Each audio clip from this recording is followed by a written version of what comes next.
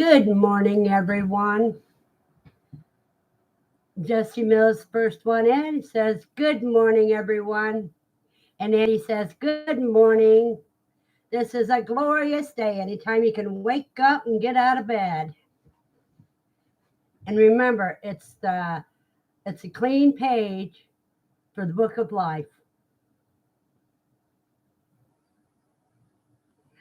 I've got eggs in the incubator, so soon I will be having quail again. Boy, do I miss them. No one to argue with in the bathroom.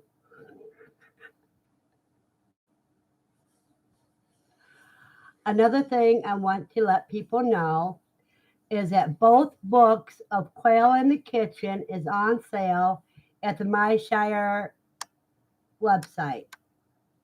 And give me a second and I'll tell you how you can get it.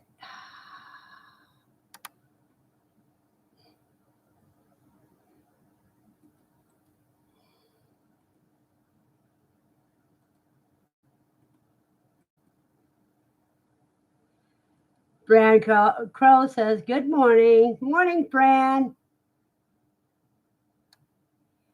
And Andy says, "I got my eggs in the incubator also. Mine went in Wednesday. They go on lockdown on December 8th. Jesse says, "I ordered eggs from Whiskey Tango Farms last night for the Christmas hatch along."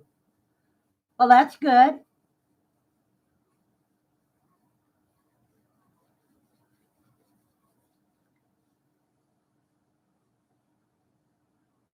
Andy says hers went in yesterday. Oh, I have some news for everybody. Woman of Spirit says, "Happy Saturday, beautiful quail people. Blessings to you, Woman Jan." Glenn Wells says, "I put 100 in last Monday. I only put 30 in because a week after these hatch, I want to get another 30 to put in because right now I think I got jumbo whites in."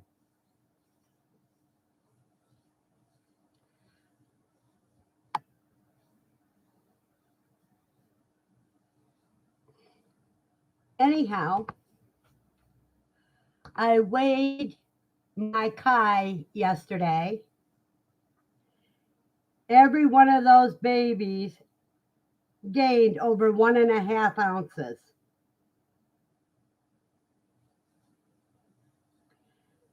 So,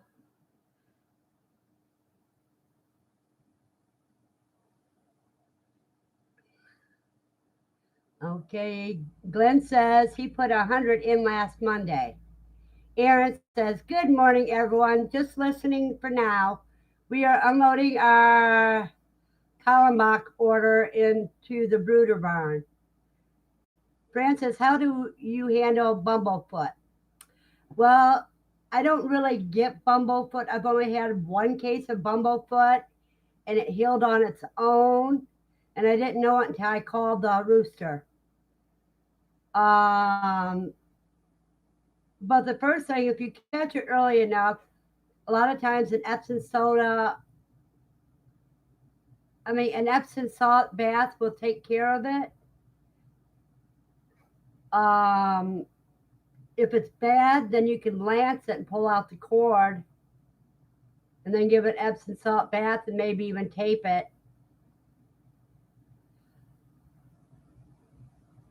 But with Wynola Ranch cages, you rarely have that problem.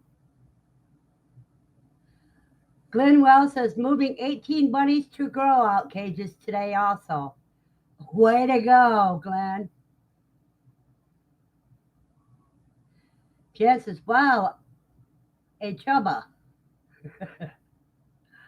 Yeah, these babies in a week, well, 8 days time, the minimum weight increase was 1.79 ounces. The other two was 1.86 ounces. So almost 2 ounces in a week's time. Like I said, they're the furry equivalent to quail when it comes to growing. Jesse's telling Aaron morning. Andy says, you said your eggs are going in lockdown on the 8th? Yes, I go in lockdown on the 8th.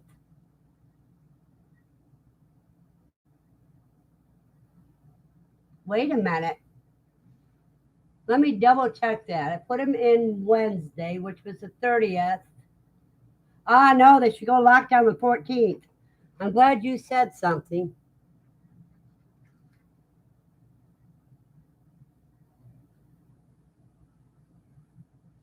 Because I did that number wrong. Jen says she's listening. Andy says my eggs are set for the 15th. Yeah, mine put in and they go in lockdown on the 14th, not on the 8th. I didn't count my Wednesdays right. I mean, yeah, Wednesday, because it went in Wednesday, not Thursday. Vicki Keaton says, good morning from rainy North California. Good morning, Vicki. Do you have eggs in your incubator too?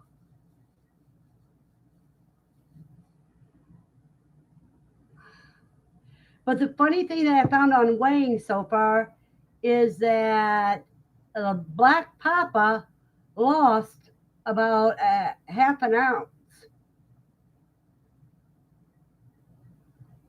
And the big mama gained a tenth of an ounce. Andy says, I think we were hatching buds on this hatch. Yep, you're right, Andy. Mine went in Wednesdays and yours went in Thursday. Vicky says, I started my incubator last night. Cool. Thought, not think.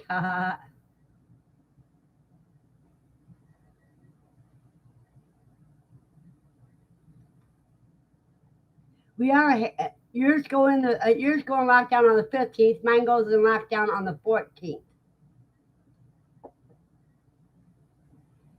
Stephanie says, good morning, everyone. Hey, Stephanie, I was walking Lucy last night and I heard you laughing like crazy.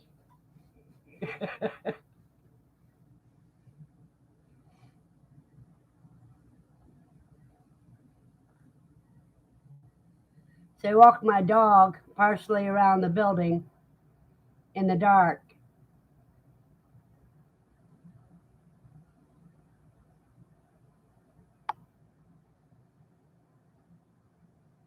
And that puts me by Stephanie's son's bedroom window. Stephanie says, Green Acres. Vicky says, I have kept track of my hatches all year. I have hatched over 600 chicks this year in small batches. You know, that's how I'm going to do it. Because there's times that I fill up the incubator, but then I sell part of those as balut. So when I do my own eggs, I can do it that way. As Stephanie says, hi, Andy. My cousin comes in and says, and yawns, good morning, cuz, and all.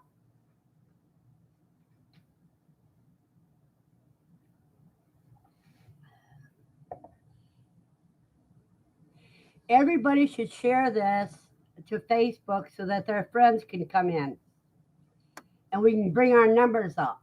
We have 13 people in here, but only 4 likes. Somebody's slipping.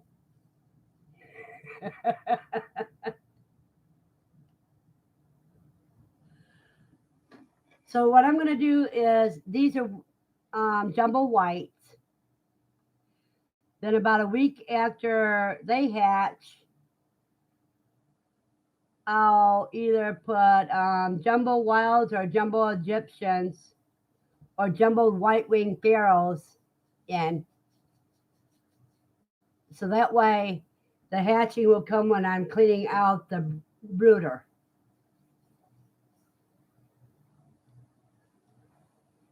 Because I'm almost out of quail eggs.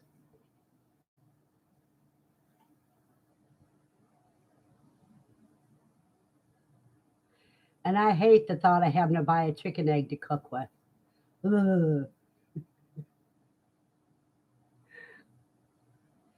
And you guys see, I got my Saturday morning cup. And he says, my Christmas dinner hatch, I took a good look at yesterday, and I have a great rooster to hen mix. All the pharaohs look as if they're all roosters. I can't tell on the tuxedos.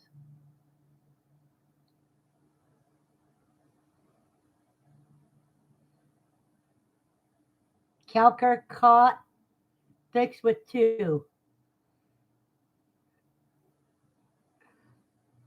I'm not sure what you're talking about, cuz.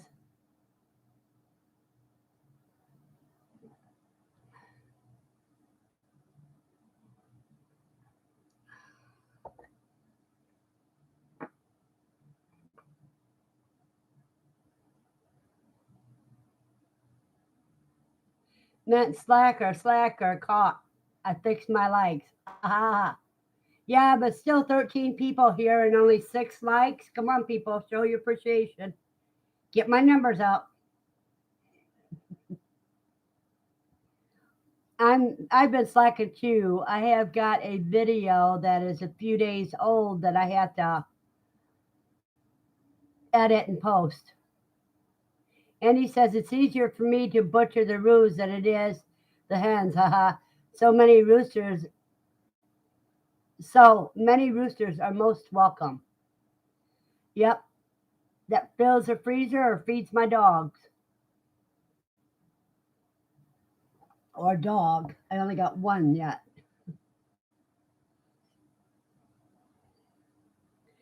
Now, Andy, with me, when I have to butcher hens,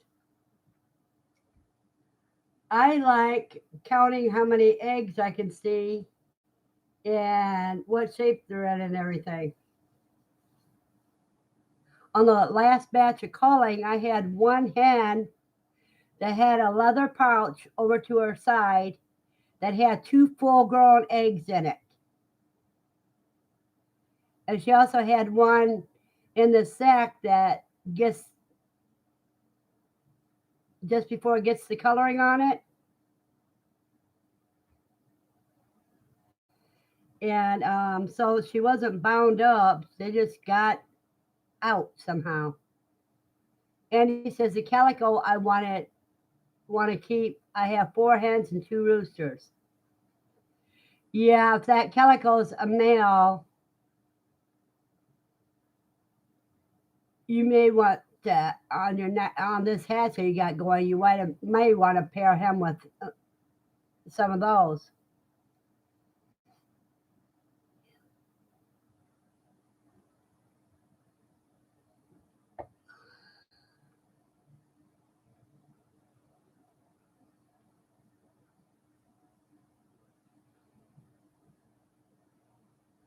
And Jesse says, "Morning, SO."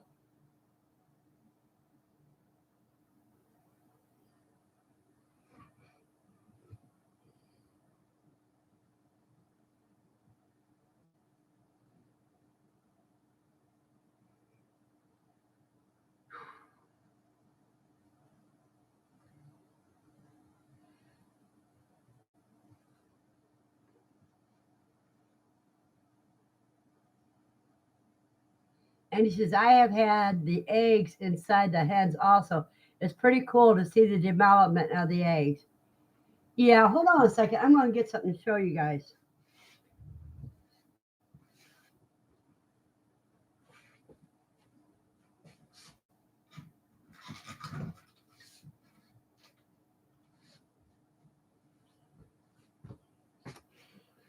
This is a bag of innards that come from harvesting the quail. Now, everything in here came from inside the bird. So there's some eggs with the shell on. They just didn't lay them yet. Then you see the yellow ones over here. Those are the yolks that haven't developed fully yet. You know, they're all different size stages.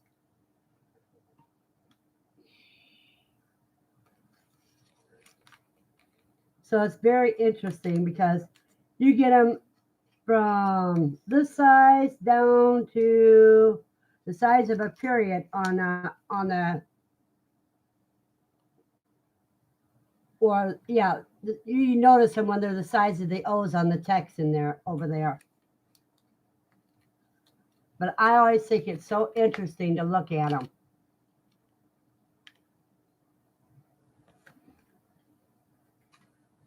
The gonads are the white, little white things in here. You can't hardly see them now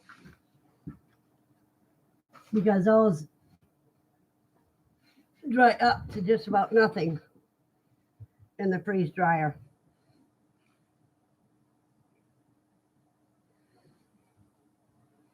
And Cuz says, hi, at Jesse.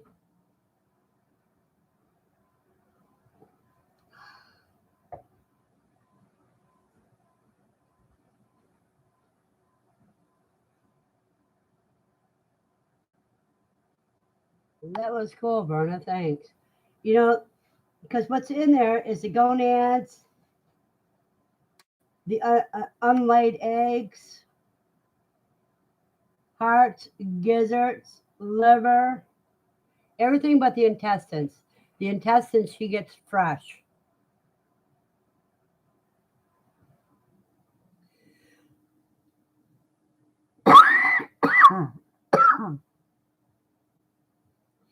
It's just like right now she's got a batch of wings that I got in her treat jar because they're freeze dried wings, and she loves the heck out of them. The worst thing that could happen is that one time she got one of the quills off the feather stuck between her teeth, and I had to pull that loose for her. That's just like when we get a thread of celery stuck between our teeth or something like that.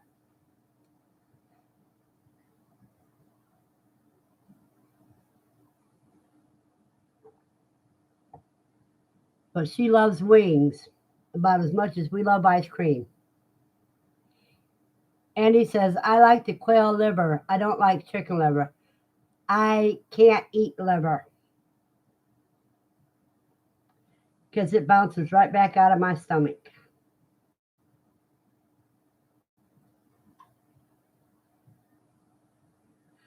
But Lucy loves it, so I give it to her. The gizzards, the liver, the hearts, the lungs, the testes, the underdeveloped eggs. I got a few of the bags of those freeze dried for her so that if something happens that I can't get meat, I can make her fresh food. Andy says, that's sad for you. No, I have a high iron count. Andy says she gives lungs to her pets too. Yeah, because people say get rid of the lungs. If I can get rid of the lungs, if they flick off easy, it'll go into the innards bag. If I can't, I just leave it on because it ain't gonna hurt us. That's a little extra pure protein.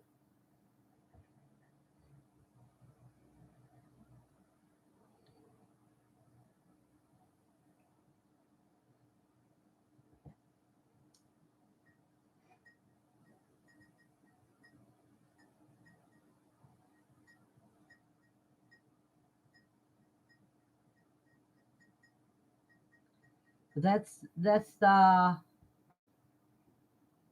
fun part because I've always been curious on what the inside of animals look like. So every time I call mine, I check out everything inside of it. And that's how I find anything unusual, like that egg sac that was over to the side. I couldn't figure out how that little bird could have three full size eggs inside of her little body. And they weren't the small eggs, those were the jumbo style eggs. And he says she has been too. Cuz says, I had to get over the too small to deal with stage for those innards.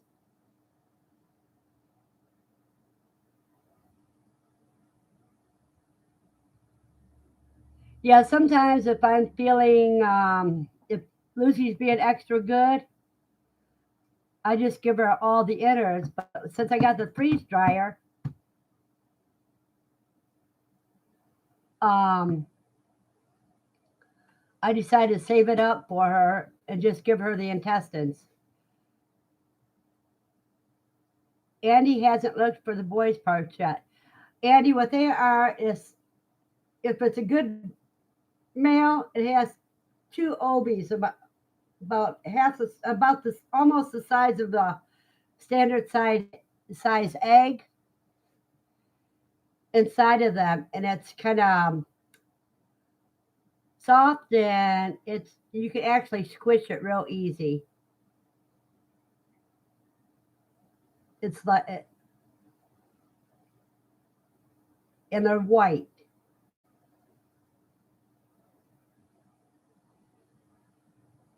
You said you'd put them in jars and try to sell them. I have a picture on one of either this computer or the other one,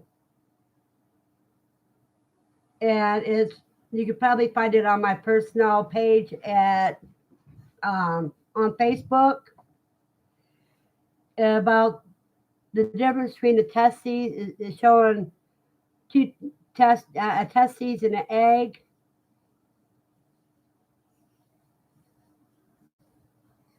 and there's a joke with it.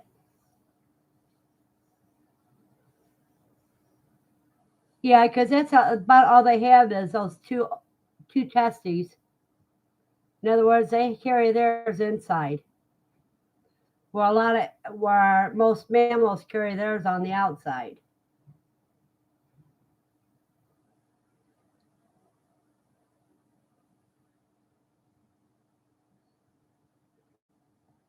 Not all mammals, most mammals.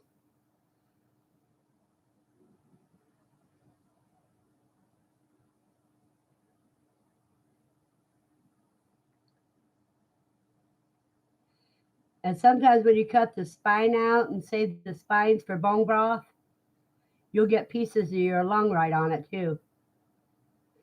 And he says, I don't get on Facebook anymore for the last 6 months. Well, I'm going to have to find that photo and post it in a community post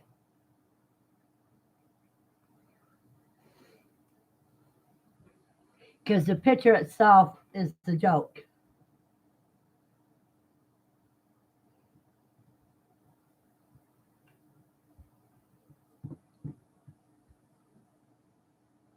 I do use Messenger still, but just not Facebook. Well, send me a message and say, and put in the message your YouTube name, and I'll send you the picture. Stephanie says, why not, Angie? What was going on? Stephanie, some people just get tired of Facebook drama. Vicky says, I just found out my coworker has a freeze dryer. What should I have them process first? I'm thinking raw scrambled eggs first. Yeah, you take the eggs. Each tray holds about 2.5 cups. No, four, 4 or 5 cups. So you have her do the eggs first. After that, I would advise you, Vicky, to cook the meat before you have it freeze dried because it does better than if you just freeze dry it. Because when you just freeze dry it, a whole breast, the second layer of meat doesn't rehydrate. Jesse says, back to listening, just sold a wood burner for $75. I bought that and a John Deere snowblower attachment from my manager for $50.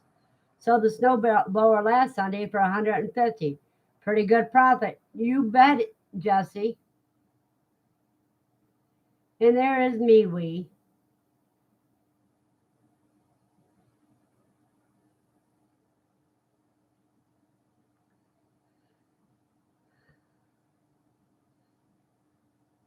Cuz says, Eddie, I fixed that problem by unfollowing people.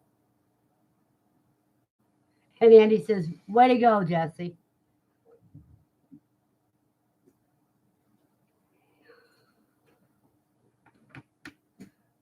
Well, got almost a half an hour into the program before I lit up.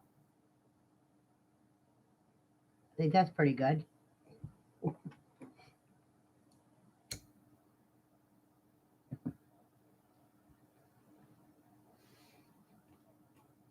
Okay, well, we almost got the right amount. We got 10 people here and 9 likes. Thank you very much for your likes. So, Andy, which type birds do you have in your incubator? I mean, which type quail? And anybody else that has birds in the incubator, let me know what kind you got. Andy says, S.O. Swanson can't fix the groups. I have not been on my wall in probably 4 years. Andy says she has celadon eggs set. Do you know what bird color those celadons are? Are they range, scarlets, Tibetans?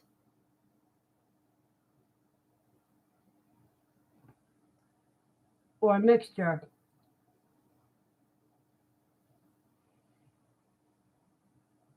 Because I know Whiskey Tango Farms celadons are scarlets and red range.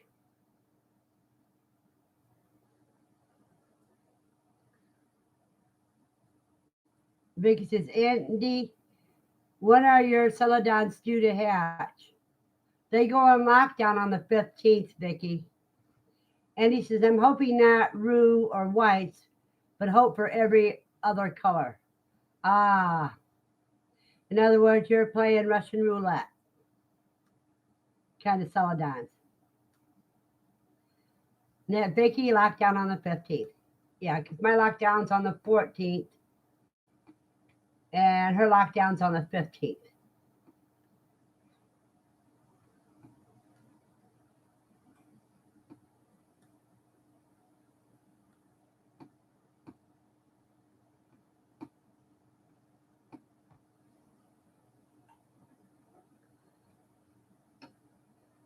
And celadons are more of a standard sized quail. They can get close to a jumbo, but not quite.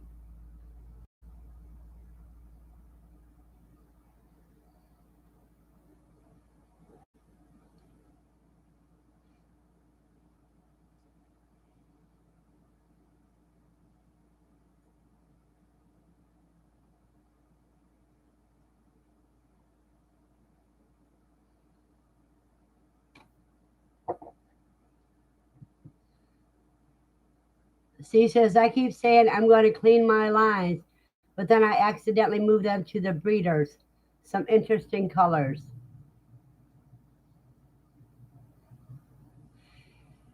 Steve, because when you keep a farmer's batch going, you can end up with some interesting colors. Jesse says, thanks, Andy.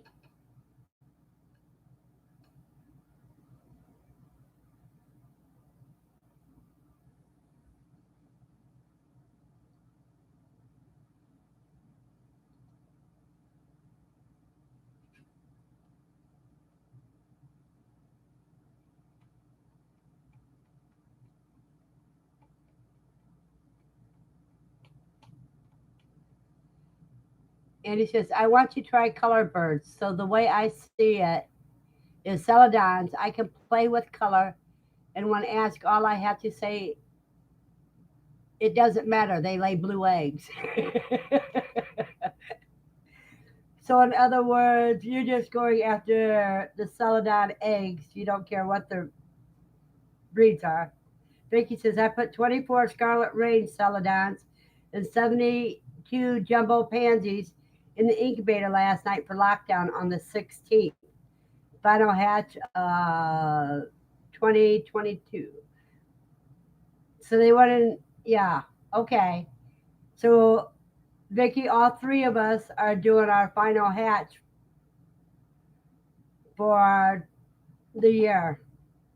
Because mine goes in on the 14th, Andy's go on the 15th, and yours go in on the 16th, Vicky. That is cool. Andy says, kind of yes, but with purpose. Yeah, when you get enough of a certain color, then you can separate your cages.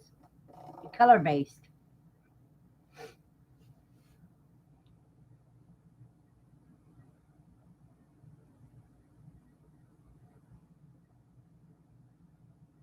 Let me see. This is going to be the last of the year because the way my schedule is going, the other ones will be next year. Grafted Branch Homestead says, hello, Verna and y'all. Good morning, Matt. Glad you can make it. Jan says, I have several that I really love. They are light cream color with black speckles all over. I have no idea what they are, but they sure are pretty birds. Well, that could be a lot of different ones. Andy, woohoo, Berta, Vicky, we are all hatching buds. Yes, we are. And Matt's smiling. I haven't seen you all week, Matt. You usually do more lives than this.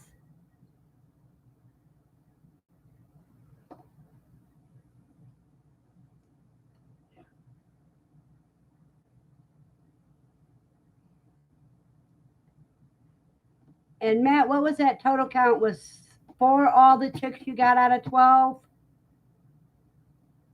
And do you have more eggs in the incubator again?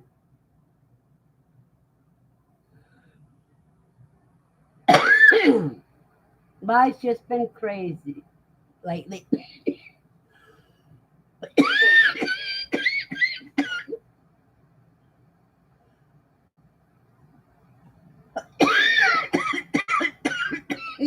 Gotcha, Bats. Matt says only 4. He's got eggs going in tomorrow. So that's going to be 4 of us that are going to be hatching buds.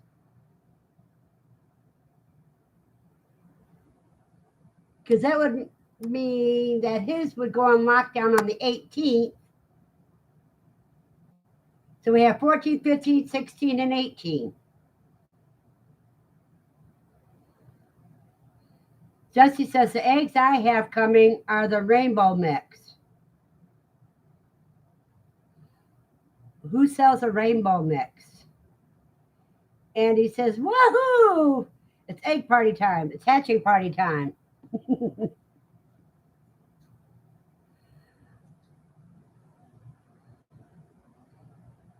Jesse, who sells a rainbow mix? And do you know what your possible types are going to be in that mix?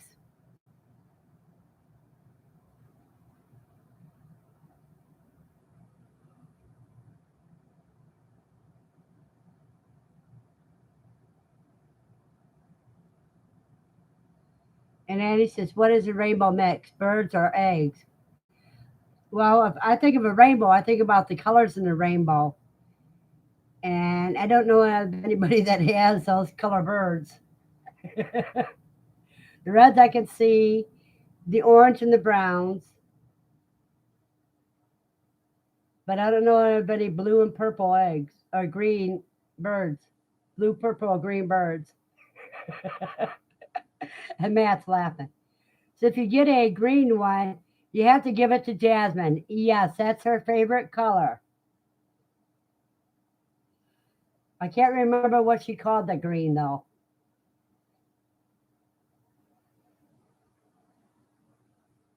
Matt said he ordered Celadon from Whiskey Tango Farms.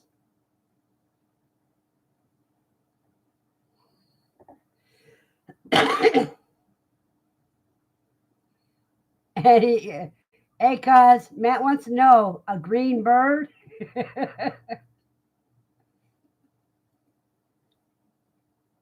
Yeah, from a rainbow set.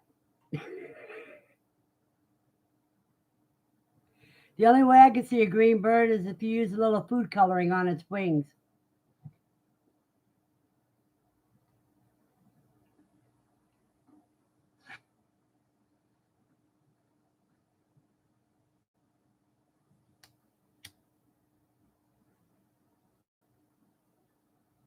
Matt, it all has to do with a joke in one of Whiskey Tango Farm's lives. Jasmine was a guest speaker,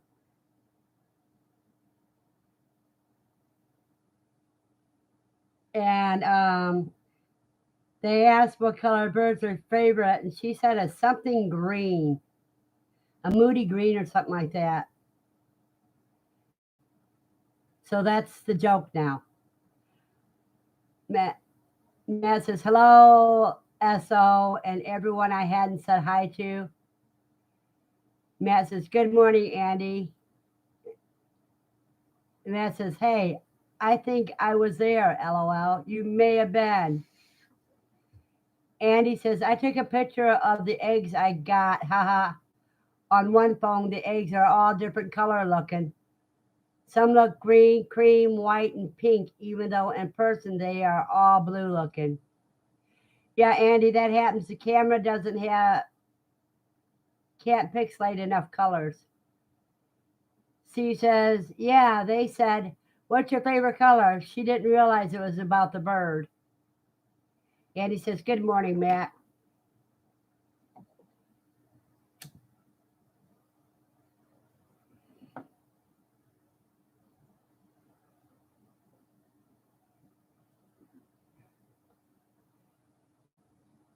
Yeah, it was funny. We all got a kick out of that.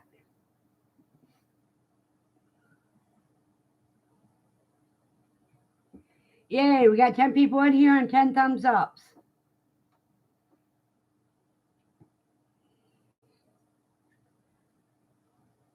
Because says, hello, Matt.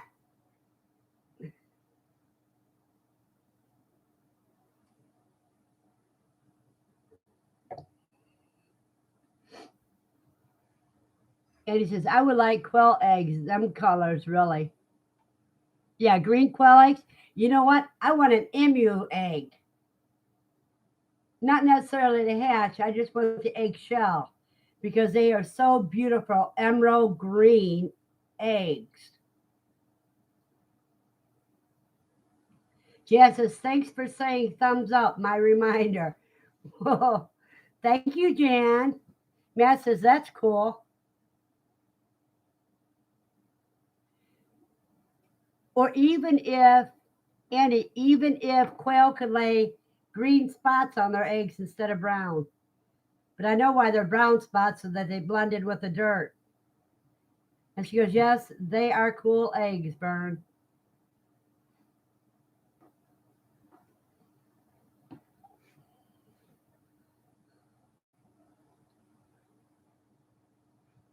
Matt says, I think the eggs are so cool looking. Yeah, they would make great jewelry.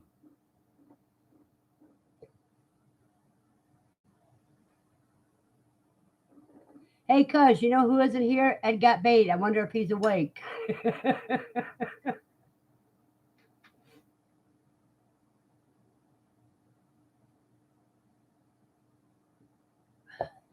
Pardon me a minute, you guys. I got to blow my nose. I'm all congested.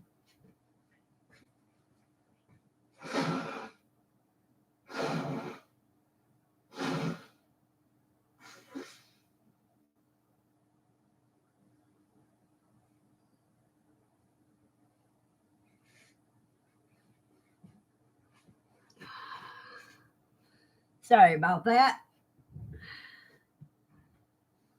Andy says, I have calico quail that lays a light blue with goldy spots.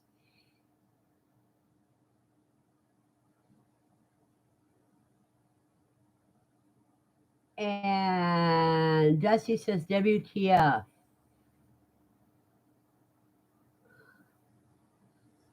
What about WTF? Jesse. Andy says, after I moved them, she stopped playing, of course. Ah. She says, well, Ed was still posting online at 2:30 a.m. You know he's sleeping in. Well, if I'm posting at 3 o'clock in the morning, I'm still up no later than 10.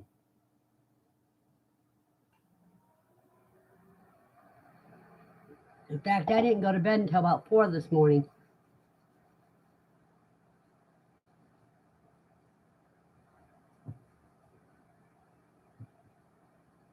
And I'm still here,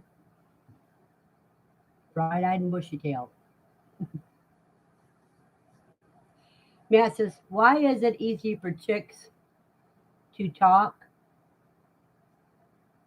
Well, that's their way, their chirping is their way of crying, just like why babies cry.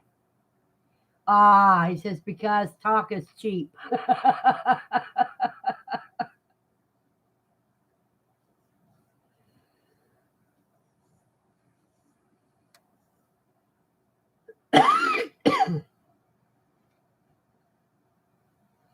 Jesse's Jasmine was deep moody green. Yeah, deep moody green. Yep, because the roosters annoy them.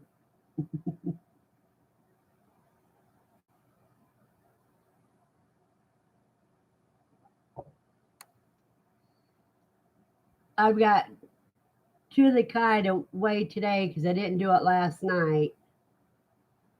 And that's Little Mama and White Face Papa.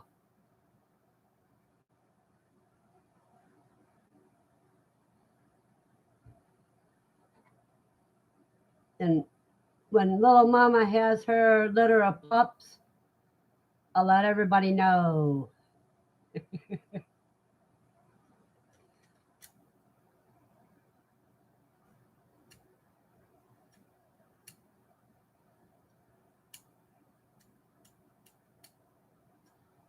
And it's weighing the kite once a week is getting me in the habit so that I'll weigh the quails every week. And I think I'm gonna weigh them the first when I take them out of the brooder. I mean, when I take them out of the incubator and they're in the brooder, I'll weigh them just before I put them in the brooder to find out how much a newly hatched chicken weighs. I mean, newly hatched quail rather.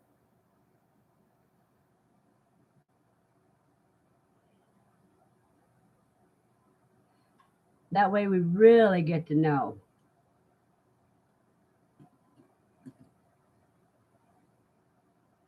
And he says, I don't weigh my quail. I for 3 years I didn't weigh mine, but once in a blue moon. But now I'm going to do everything by book. Matt says, does Lucy like the shells? I have a dog that goes nuts for the shells. Lucy gets a whole egg. When she gets done eating shells, she just cracks them open and just licks the inside out. But usually she'll eat 3 or 4 eggs with shells. Matt says, I haven't weighed them. Good idea. If you're going into a strict breeding program, you want to use just your largest rooster to all your hens. That way you keep increasing the size.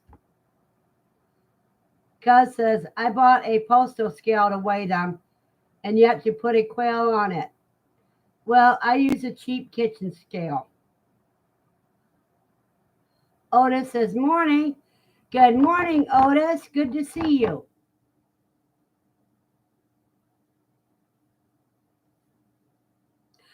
Do you have any eggs in the incubator today? Andy says, I have also not raised for meat before, just for eggs until this year. And Matt is telling Otis good morning.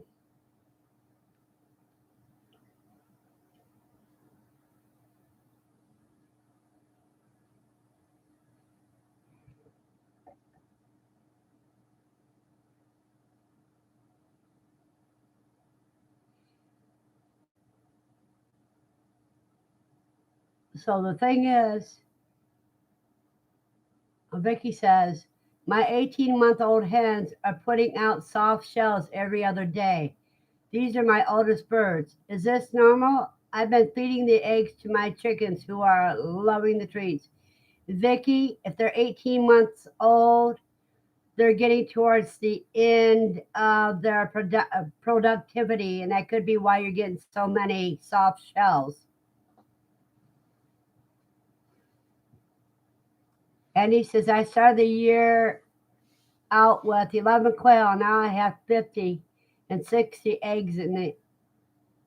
I have 50 and have 60 eggs in the incubator. Matt says, up the calcium. And he also asks, how long do they lay, Verna? Matt, a quail will lay randomly all their life. But for productivity, about 18 months to 2 years before their productivity goes down. They're probably, after a year and a half, they start going down. And one of the signs would be soft shells every once in a while. Vicki, you can offer calcium on the side to see if that could be the problem, but I think it's probably just their age. Because did they also just go through a molt? If they just went through a molt, that could also be a problem. Steve says, I have to get my ratio in line because right now I think I'm 10 to 1. I hope that means 10 hens to 1 rooster. Jesse says, WTF is rainbow mixed eggs. It's what they call their mixed eggs. Ah.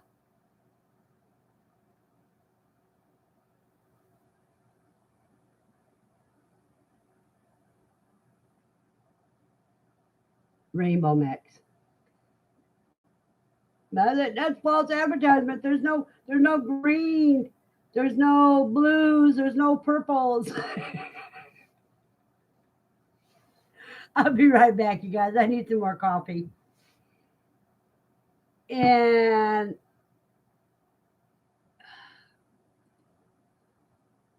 while I'm at it, I will give you guys some coffee first.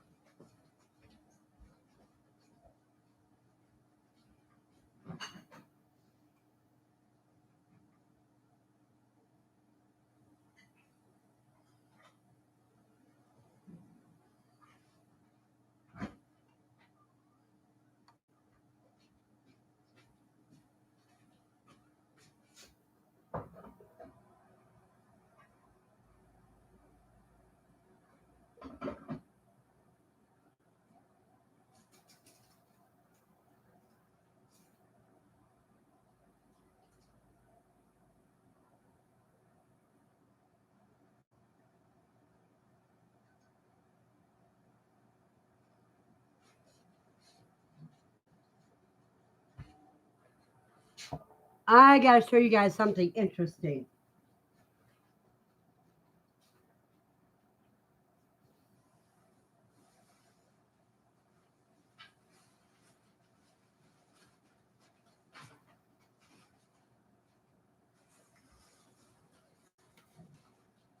A friend knows that I was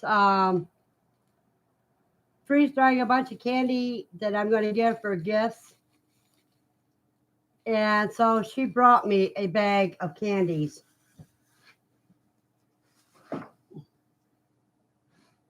Jolly Ranchers, Laugh Taffies, and Now and Laters.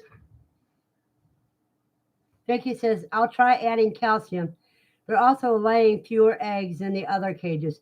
Yeah, like I said, they're getting at the end of their cycle, productivity cycle, which means that they're going to keep dropping their productivity as they get older.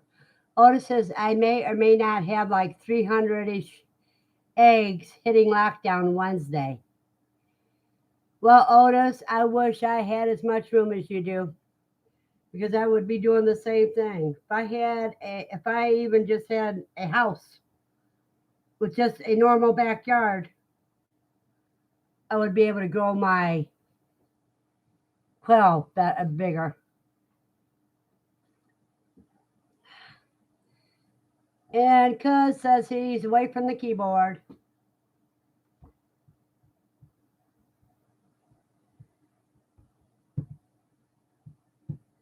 Otis, what's your incubator that you're using?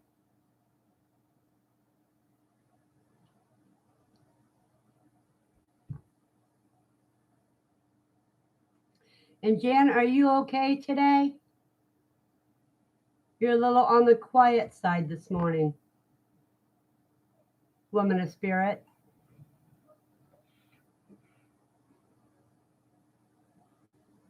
Matt says, I'm in my chicken coop rerouting solar. Well, it looks like Jan may have left.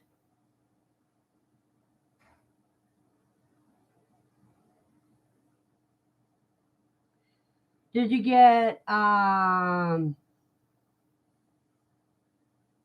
another solar panel to add to your bunch, Matt?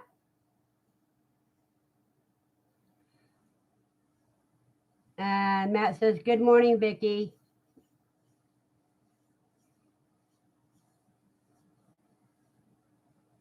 And he says, I messaged you on Messenger, Verna. Okay, Andy, after the live stream, I'll look for that photo and send it to you. Jan says, yeah, I'm doing great. I'm just listening and recuperating from chasing one of my quail around the yard until 10 o'clock last night. I finally caught it before two of the neighbors' cats could catch it. And do you have a butterfly net or even a fish net? That would help you catching your quail. Me, I use Lucy. She helps me catch them. Matt says, I did move the power from the chickens to all in the quail shack. Warmer in there and bigger battery. That's good. And he's teasing Jan. Laughing, yikes. Matt said he uses the pups too. Well, Lucy's an old lady, like I am.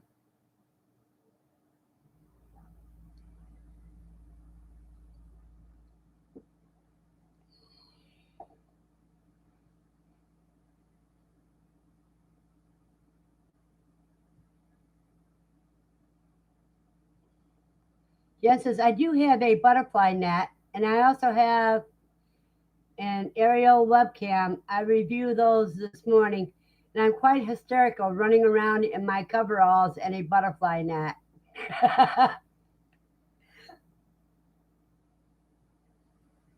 Oh, now I have more than one thing to chase. I don't. I will have quail again, but when the kai get out, they can almost turn in on their bodies. So they're very interesting to chase.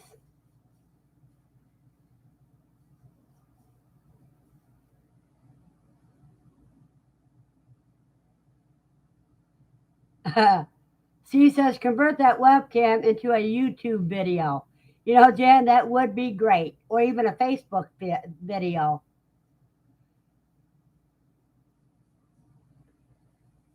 But you can do the funny side of raising quail.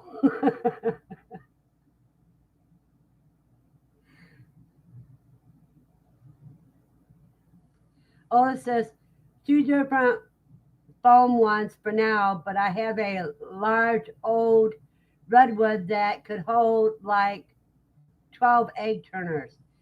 Yeah, Otis, you, if I remember correctly, it was a couple of years ago you got that. And you were supposed to have it all checked out and see what you could do with it. I'd already be having that going.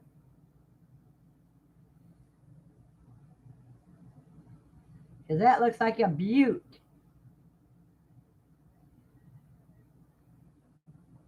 You can use that redwood one where you can set a tray at it, one tray, and just keep going, and use your foam incubators as your hatchers. For lockdown, and use the redwood one for your just as an incubator itself. Jen says, I'll see if I can turn it into a Facebook video. And C said, Ed's awake. Okay, now if he shows up.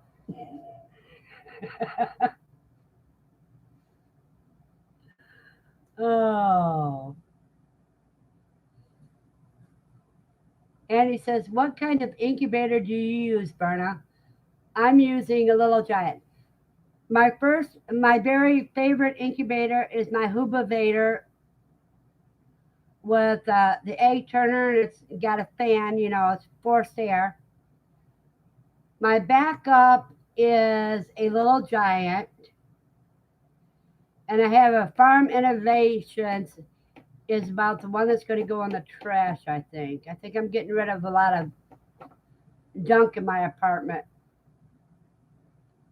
So all the incubators I don't use anymore are going into the garbage. The Farm Innovator is the least reliable. And he says, I love my grandpa old round metal incubator, but it's pretty big and heavy.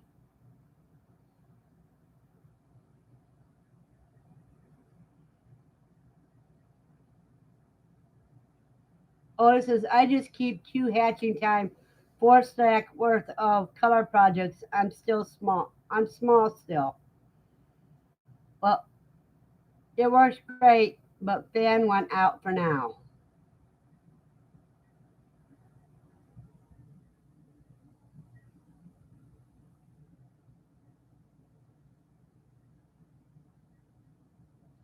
Okay, Otis, are you saying that the redwood works great or a hatching time incubator?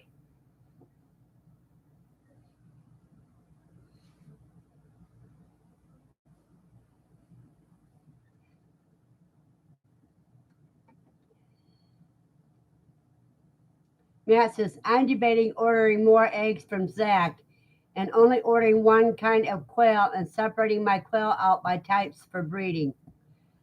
That's what I'm doing. And that's why I order one color at a time.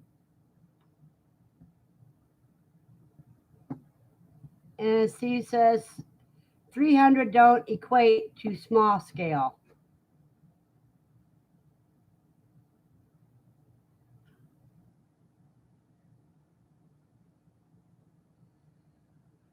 I agree, Steve. That's what I'm going to do when those sparrows come back online from Zach. Are you going to get some white winged sparrow? Matt agrees. That's a hatchery.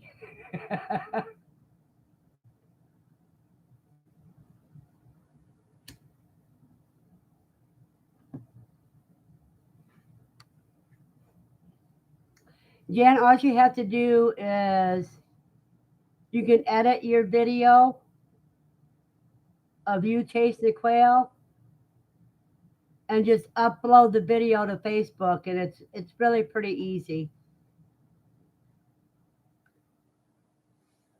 But they may have a size limit. I'm not sure. Otis says, I wanted to smash my farm innovator more than a few times. I agree. Farm innovator is about as reliable as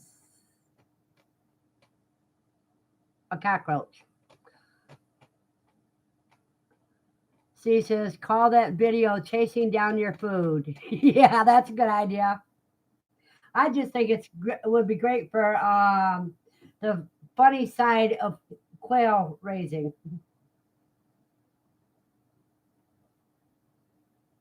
The redwood held perfect temperatures. That's what I was saying. If you want to, you could use the redwood as the incubator and then use your styrofoams for lockdown.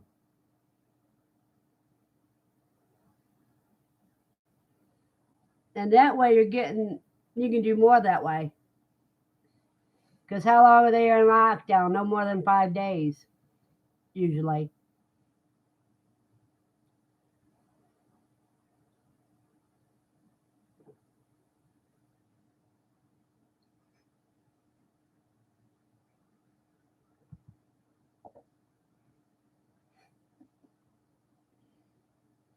So you can put, that way you can rotate. 1 week you add a layer, fill a tray.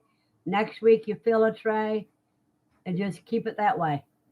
And he says, I have cages to put breeding sets in, but for winter, I put them all in one big cage. It's easier to feed and water that way, and I will be building 2 more breeder cages by spring.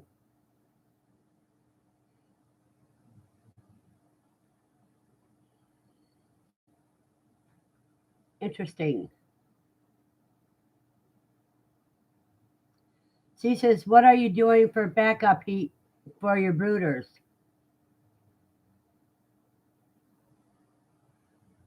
Well, me, I have 2 different brooder plates that I use, and I love them.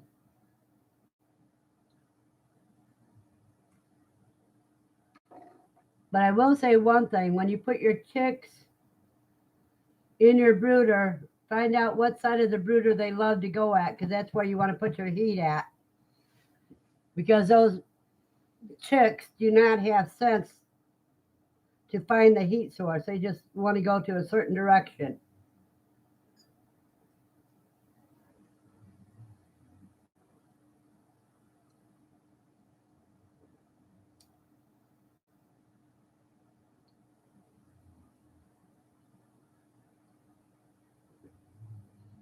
And he says, backup heat for me, I have a heater in a bathroom.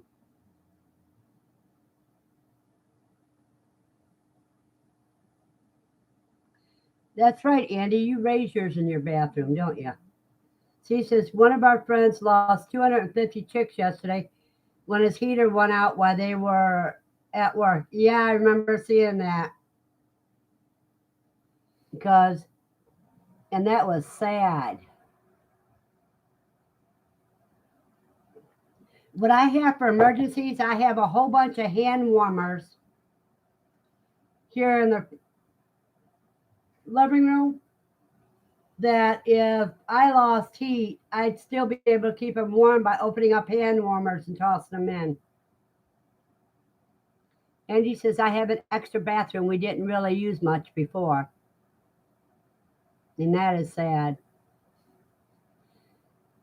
Yeah, I could almost feel him crying when he was telling us about it.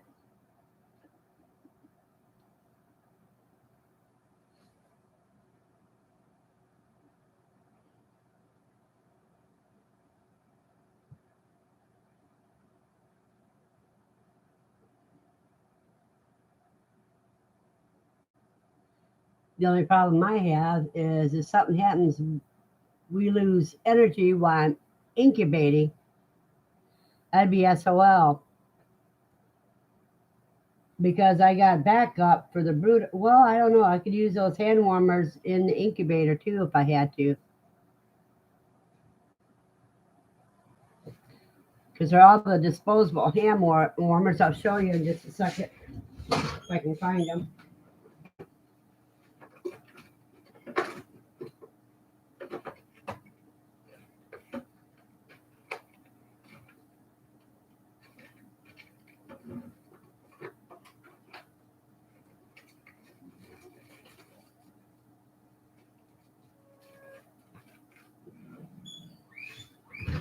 Right here.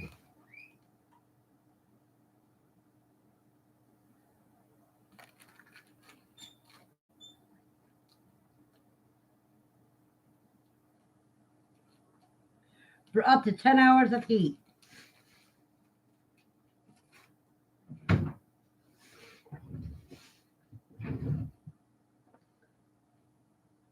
And he says, I've lost 6 chicks from heat lamps, but can't imagine that many. Neither can I.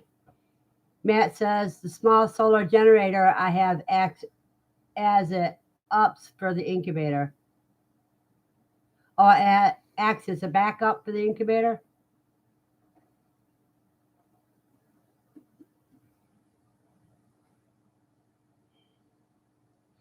See, my problem here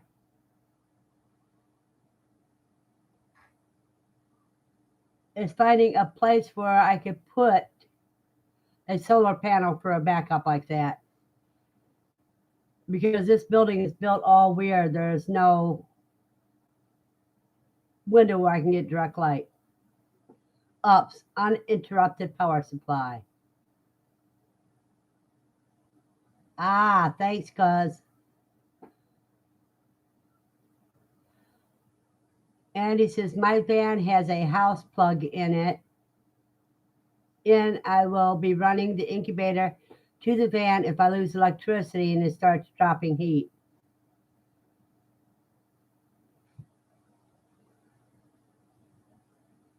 The longest I've been without electricity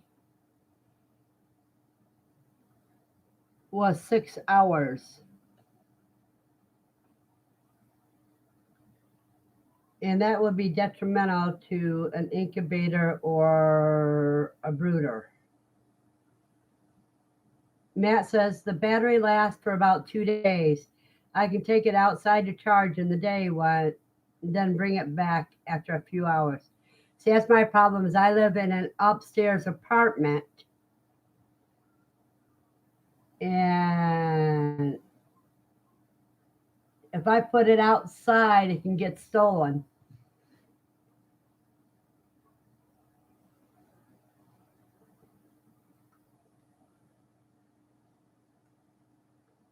Then with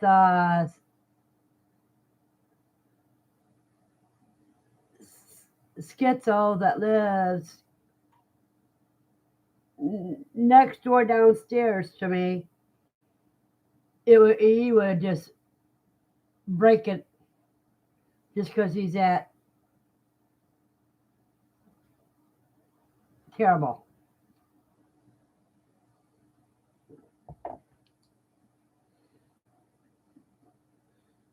Because he's already broken his apartment window and he throws cups and crashes them in the driveway, etc., etc. And Matt agrees that's true. Andy says the reason is a reason. I don't think I like buying shipping eggs. It's just so scary. With my own eggs, I don't matter much. It's just time and space. Matt says, oh man. Yeah, let's just say I'm afraid when I walk Lucy 2 of the walks when I have to go past his apartment. And that's usually the ones after dark.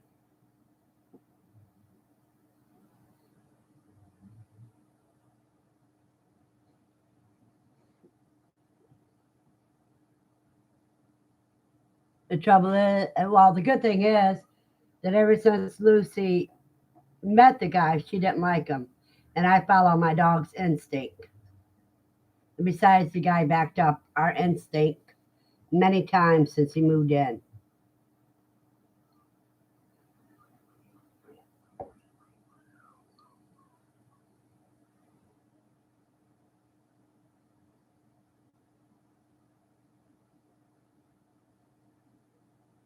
I'm just glad I don't have a downstairs apartment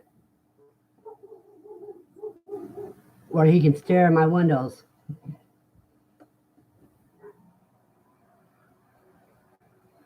And he's okay, I already read that. Oh well.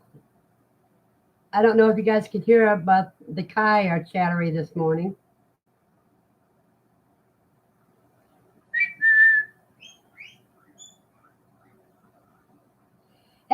Bruno!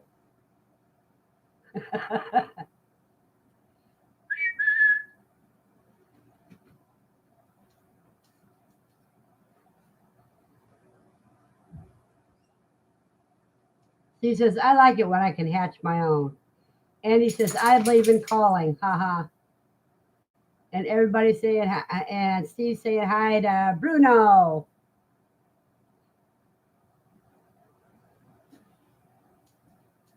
And he says, hey, Bruno. Matt says, there's creeps behind my place. They're everywhere. Are those the Kai? So cool. Yeah, that was the Kai that answered my whistle. Bruno says, hello, all. Ed got bait. Says, good morning, everyone. Good morning, Ed.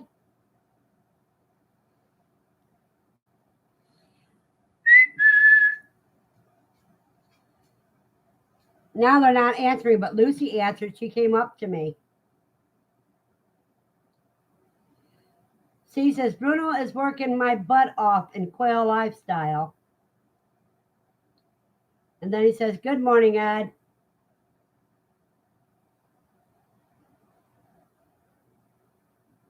And Andy says, hello, Ed.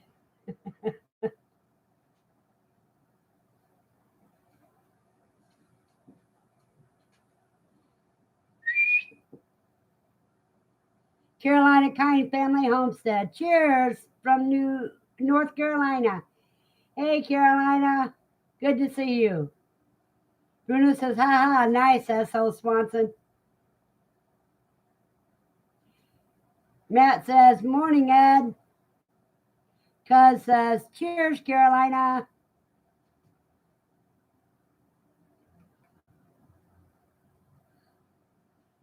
Lucy thinks I'm sitting here just to scratch her butt. Matt says, hey, CK. Carolina says, SOS. What's wrong, Carolina? Oh, you're saying hi to Steve. Okay. And Matt. See, Bruno's another Steve. Vermont Quail, his name is Steve too. So we keep him off because we call him Bruno. I think that's my SOS. That'd be my initials. That's what I figured after she said hi to Matt. And Bruno says, yep. S.O. Swanson is one I call Cuz. And Vermont Quail is the one we call Bruno.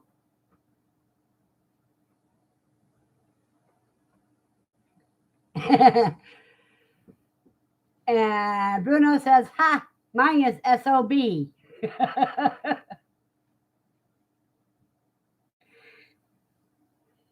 And everyone's laughing. And Cuz says, my kids say that about me.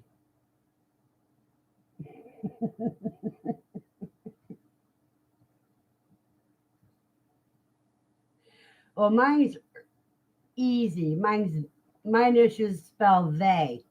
And that's why my place is called Bay's Place. Excuse me. And it also used to be my handle on AOL when I was a guide and a moderator on AOL.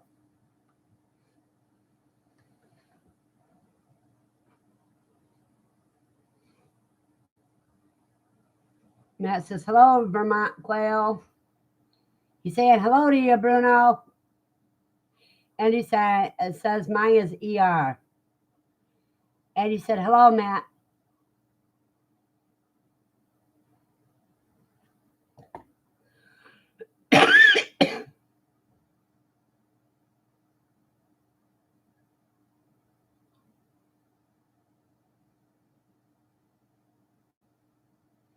Now, let me see if I can grab a baby to show you guys.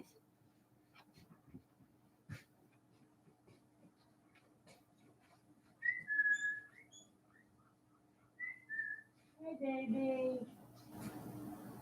Can I get one of your babies? Come on.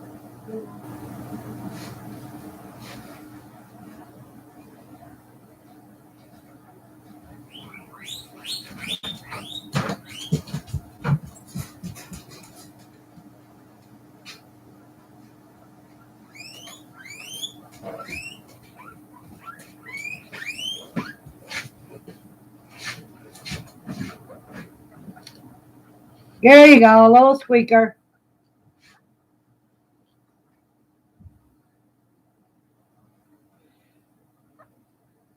This is a different one than I showed you last week. This one's mostly black. Half of his face is white, and then half of a spot right here is white. Now let me see if I can tell if it's girl or a boy. I think this is a girl, but I can't tell for sure. But let me put her back with her mommy.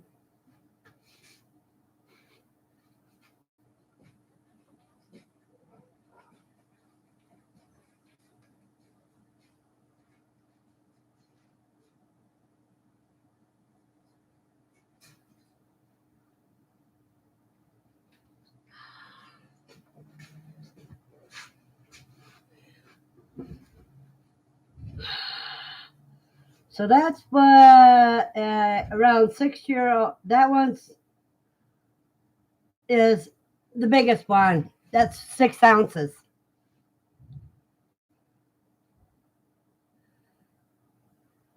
Okay, let me get back where I was.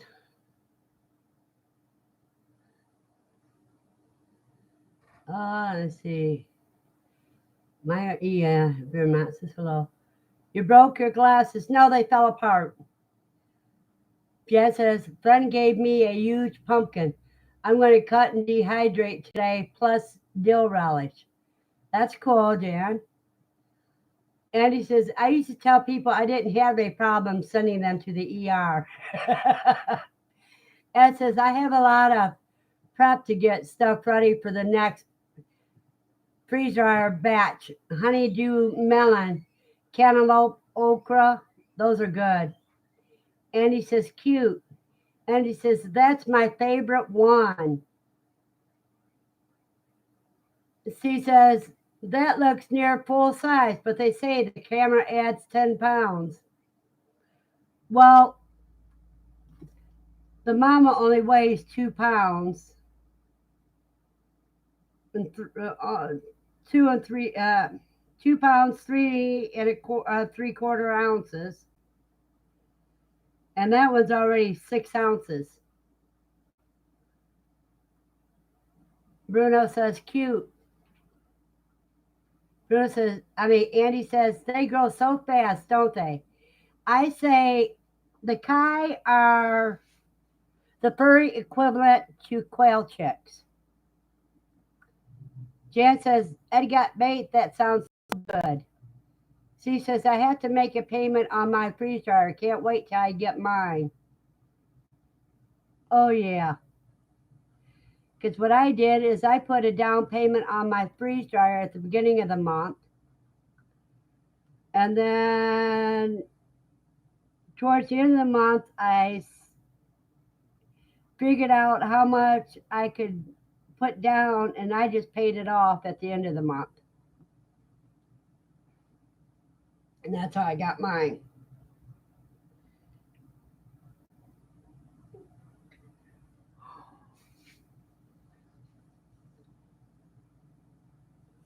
But that was after I checked all my budgets and everything else.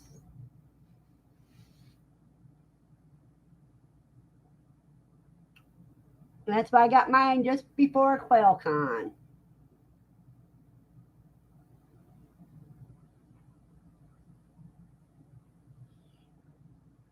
So I had freeze-dried treats to sell at QuailCon.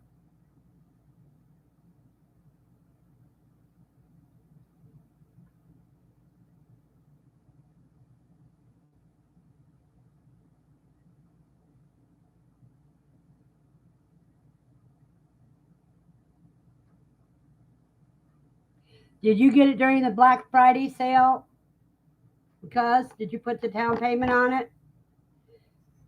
If you did it before the Black Friday, you could still call them and see if they give you the Black Friday deal.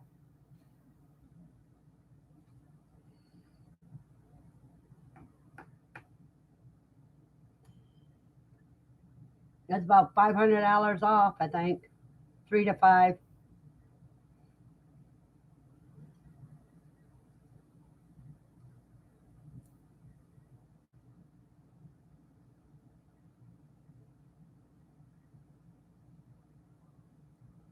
That's so good.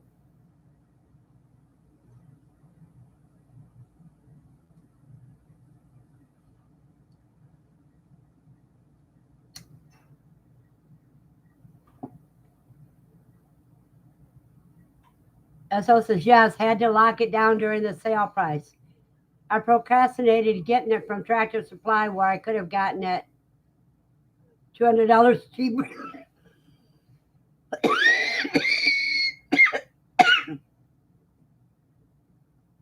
Gus says I'm not too bright.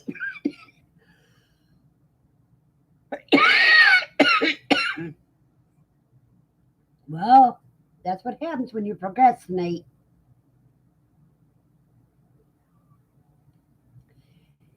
I procrastinate until things get down to the price that I'm willing to pay for it.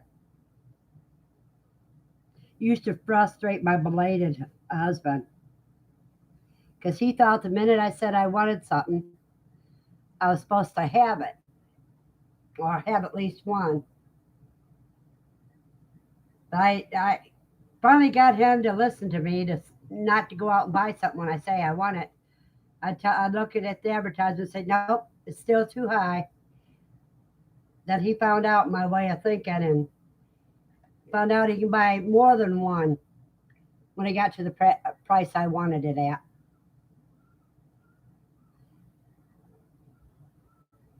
Nice Kai.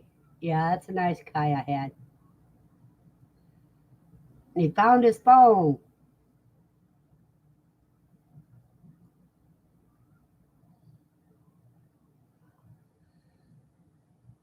Monday, it'll be 18 years since my husband passed.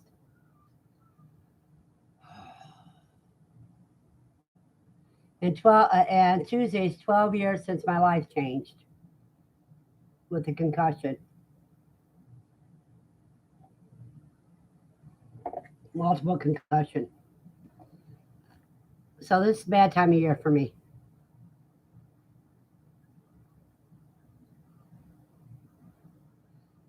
And I said, my wife bought my freeze dryer for me. Yeah, you got a sweetheart of a wife.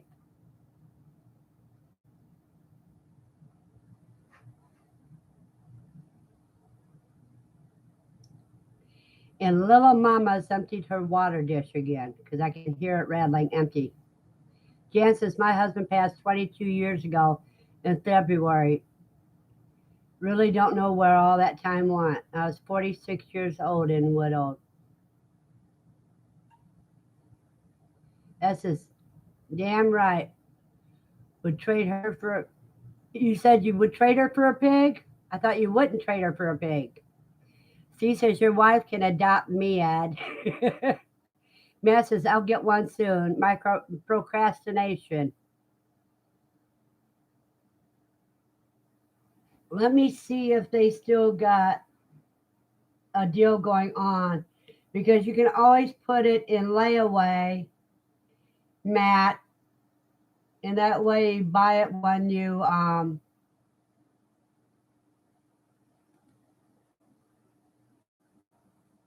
put it, yeah, you pay for it off as you can. Yeah, the Black Friday sale is extended.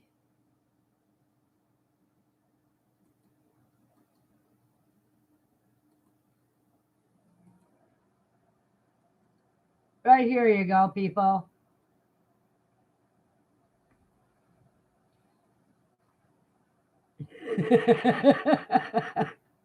I know that's what you meant, Ed.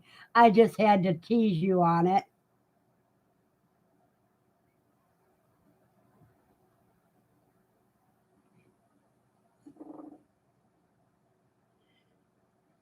And now you can get both copies of Quail in the Kitchen cookbooks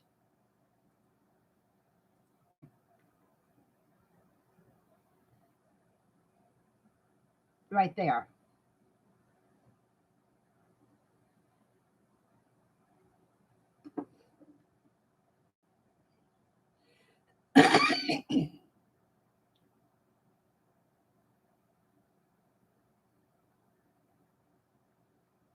Bruno says, I'm at lockdown.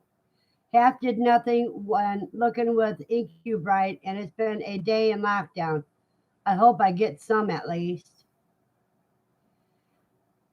Bruno, do you have a Goby in your incubator?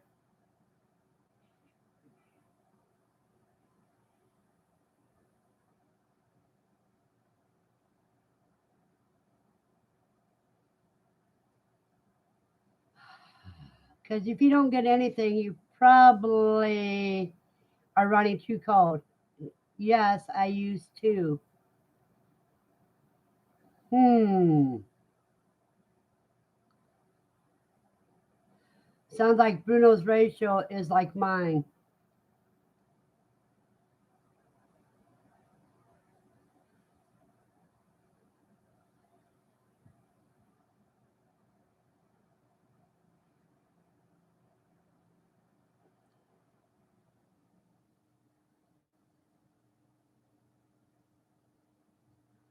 You guys, I'll be right back. I have to answer a call nobody can ignore.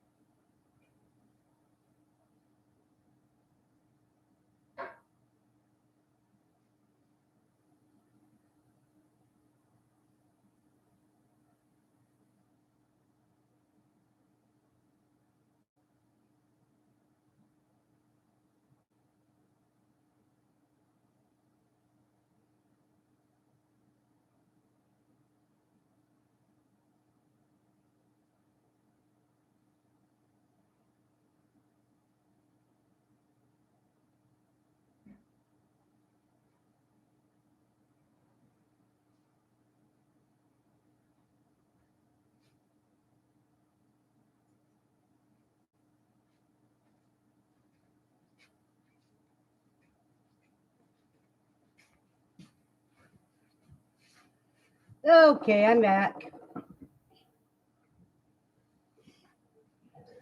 Carolina said I'd check incubator with a temp and RH meter from kitchen section at Walmart. LOL. Bruno says not fertile. Like fertile, I think. She says I had 100 eggs and got 40. Bruno says you're sitting on eggs. She says I use a Goby and two meat thermometers. It's a skill, Bruno. What can I say?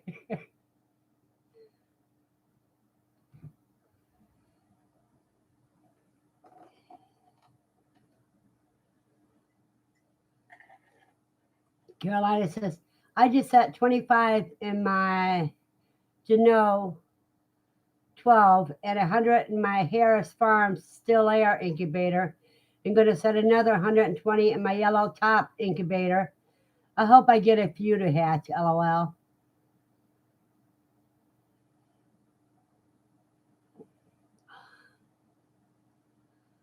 Bruno, where did you get your eggs? Are they your own eggs or were they shipped eggs?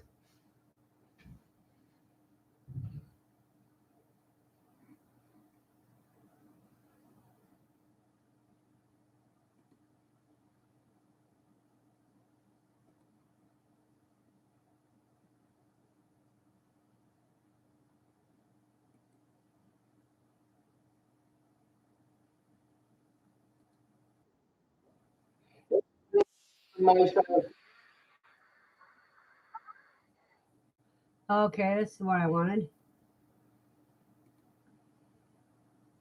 Bruno, you should watch this video.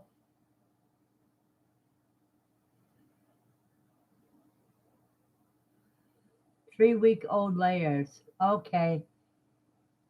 It could be, what is your hen to roux ratio, Bruno?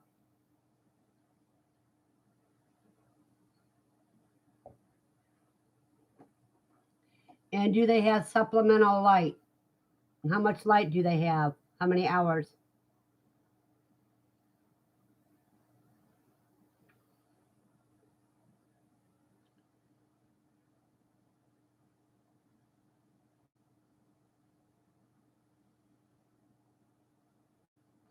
Because how many roosts to hen, I mean, how many hens to a rooster you have is very important. And the hours of light are very important too, because those can affect the fertility of your eggs drastically.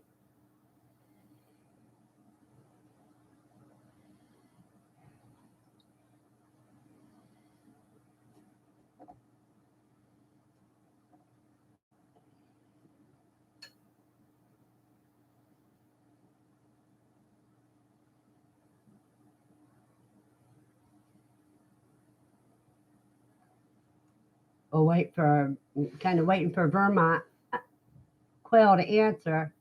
Bruno, on the 3 week old, it's 9 roos to 11 hens. Ooh, not good, but they are too young. Like, yes, 18, 19 hours. I'd get rid of all but 2 of those roosters. She says, no, my problem is ratio, which I'll fix this week, is I have 15 roos to select from. And Carolina Kind agrees with me, too many roos. If you have Caturnix, you want to bring that down to 2 roos, because the hens could be too stressed out and not letting them mate because they're being bothered too much. Bruno says, yes, I know, and we'll be snipping some soon. Save out your biggest roos and keep those and get rid of the smaller ones. Carolina says, I keep 1 roo per 4 hens. Some go 5 hens per 1 roo. Yeah, if you go 5 hens to a roo, the roo will get the job done and your hens won't look as rough. 4 roos, your hens will look worse, but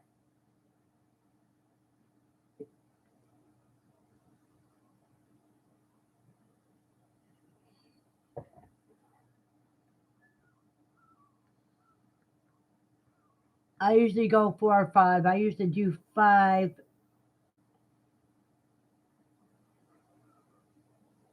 but there are times that I've been known to go 3.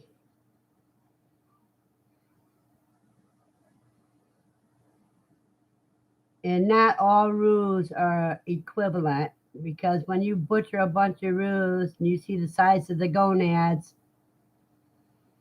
I've seen some awful small gonads, about as big as the fingernail on my pinky.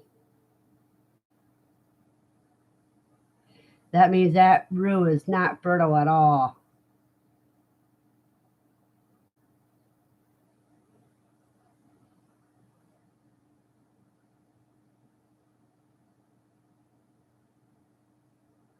But you go for your largest roosters, and that way you're keeping the size of your quail up and more chance of it being fertile. I'll be right back and eat some more coffee.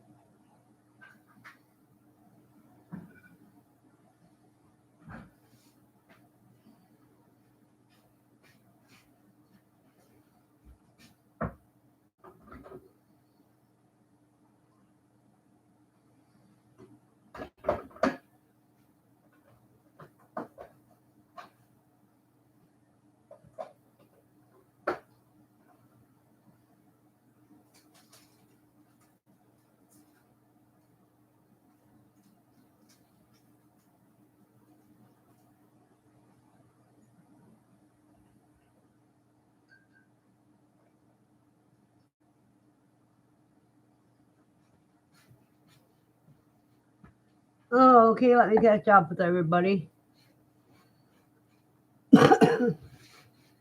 She says, my problem is it is so easy to pull out a female from their feathers and add to the cage.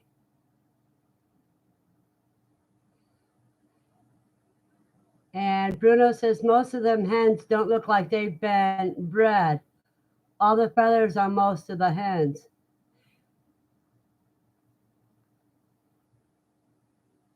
Steve says, yep, that many boys, they will be running off and away constantly. Yeah, that's exactly what's happening. Andy says, I'm still here, but I got a phone call. I need to talk to my daughter. You take your phone call, Andy. Daughters are more important than this live stream. Carolina says, are all the roos crowing? If not, rid the silent ones. Then they're too docile to do their job, in my opinion. Yeah, if they're not crowing, remove them. Because their gonads are probably only that big. Bruno says, I will soon do up the roosters.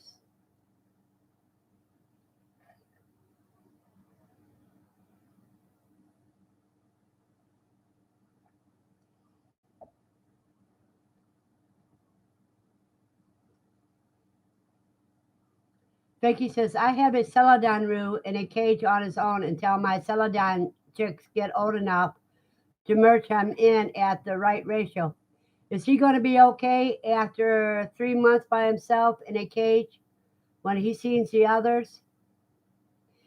Yeah, if you put your 5 hens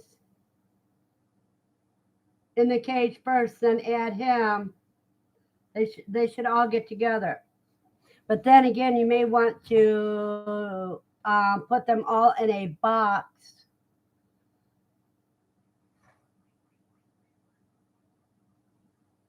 for a few hours. And Carolina says he might overbreed first day. Then again, the hens can be vicious. If they don't want to be bred, they know how to fight. They go for the eyes.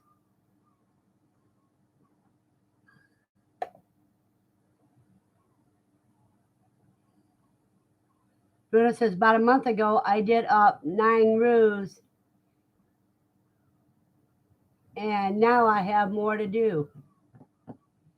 Yep. You can put them all in a bachelor pad until they get the size you want. She says, he should be, Vicky. Do the box trick. Like 45 minutes in the box, and I put them together during lights out. That's what I do. Because I don't even put them in the box. I just do it at dusk when they're all starting to settle down. Because they're usually not in the mood to fight then. Carolina says, I hear you, Vermont. I have some for freezer camp too. Matt says, yes, I've had hens put the roos in their place many times. Yep.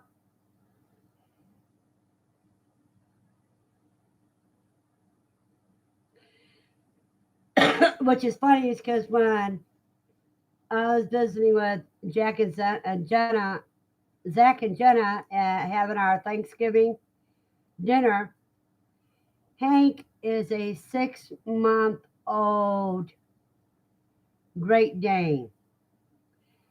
And he's a little bit bigger than Maggie. And he tries to woo Lucy and everything, and Lucy just has to make him back off, and she does. Vicky says, I like the dark box idea. I got a couple of roosters with missing eyes. If you can find out which hen that is, Vicky, I would get rid of it. Because I had a hen that would do that to every roo. She says the difficulty is getting the right rules that aren't closely related. Steve, I'm going to tell you, with my 3 year experiment, all the birds that I had were closely related. In other words, they were all from the same clutch of eggs and everything. And I bred them for 12. It wasn't until the 12th generation before I started seeing signs of inbreeding.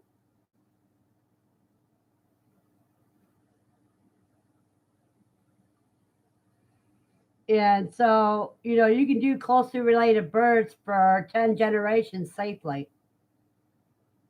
And Steve says, we camped with Hank at QuailCon. Yeah, Hank's been in love with Lucy since he first met her. And Lucy's fixed. So she's afraid that big boy's gonna break her back. So she don't let him mount her.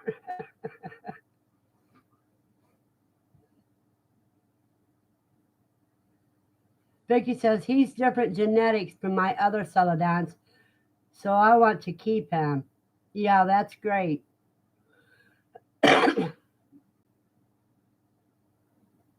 Oh, Bruno says I butterfly mine. Works quick and good. I also have started taking the ribs out. And Bruno says, what do you see when the 12th generation happens?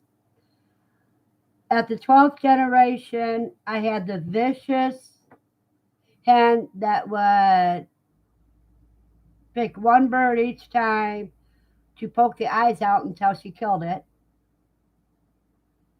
And then in the other cage, I had two quail that, if you remember seeing a couple years ago when they posted about celadons, and I made the remark that that looked like inbreeding. It's where the breast is sunk in because it's like they didn't have both muscles in the breast. Well, that's the sign of inbreeding, and I proved that to myself when I seen it happen with two out of close to 60 birds. Vicky says the entire cage with damaged roofs is being replaced when my 4-week-olds start laying.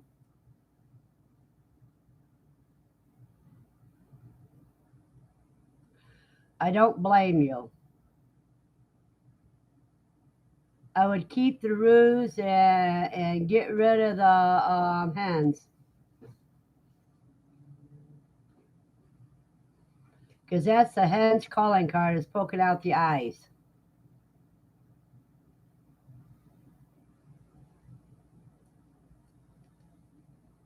What they do is they get one eye one day, next day they'll get the other eye and go all the way into the brain. Bruno says, ha, okay, ha. Yeah, I'll have an foam of new quill once a year. What you have to do is just pick a roux from a different bunch of quail that haven't been mixed in. Carolina says, I have a real life hen gone crazy. She's attacking me during feed time now. I'm about done with my chickens. My quail never attacked me. Ed says he's still here in Erie. Oh, eating breakfast and watching on TV. Bruno says, okay, cool. Matt says, I can't wait for my whiskey tango ones.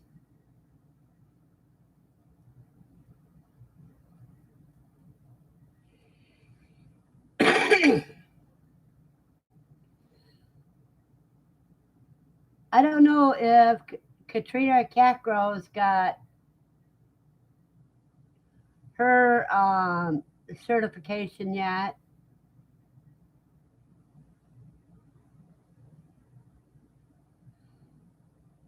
But or Jasmine and Bass, I don't know if they've got their, I can't remember the NPIP certification because you could also order from them if they do. She says I need to make a third cage so I can Oh, Gretchen Brandt. Matt says,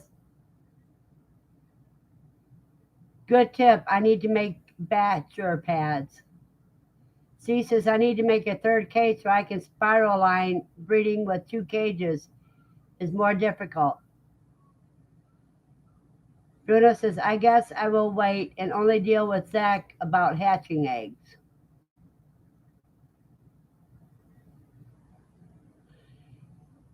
After the first of the year, he should be having eggs back up on his website.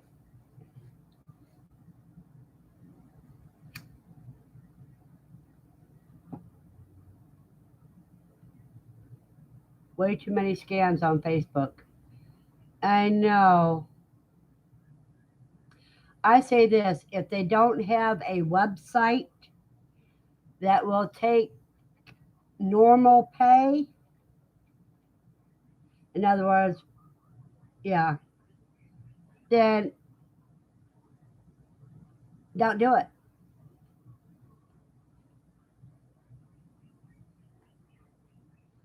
And if they do have a website, see how many, what their ratings are as well.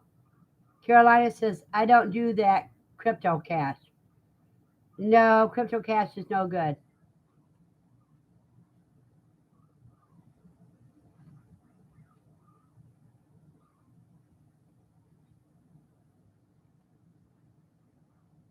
in my opinion, that is. Carolina, kind, do you have a website?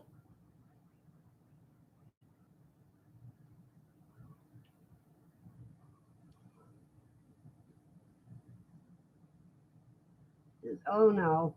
Okay.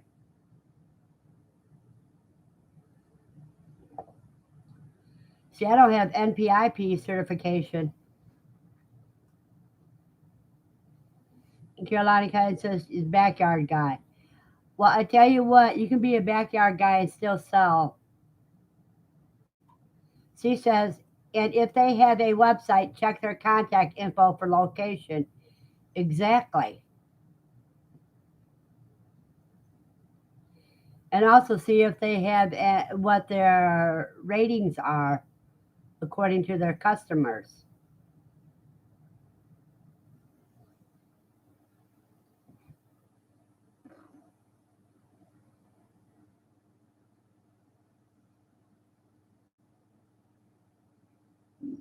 Excuse me.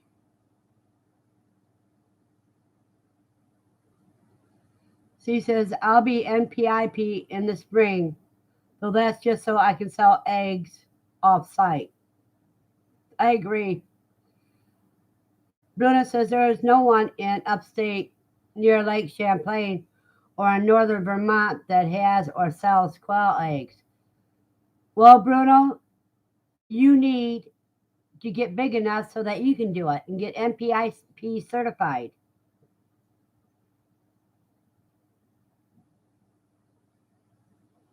Carolina says, I sell local to reptile and falconry guys and hunters. Well, that's good. I mean, everybody's got to find their niche. NPIP ain't hard to get. Well, me, I'm not getting NPIP yet. I haven't for 3 years because I kind of don't like the idea of the government looking in my apartment. Vermont says, yep, I will be NPIP by spring.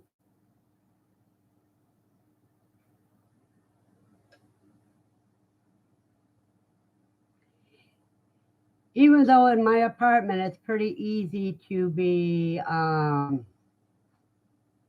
to be clean because it's AI clean, yeah. Bruno says, yeah, I don't like the guy too, or the gov too. Carolina says, but they are federal agents. You are letting snoop around, lol. That isn't my problem. I have a problem trusting anything governmental as part of my illness.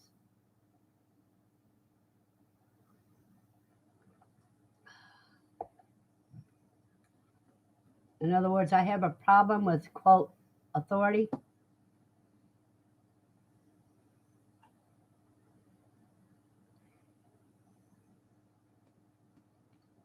She says, I live by a lake, so the government drives past my place 6 times a day. The lake people and the wildlife people are the same here.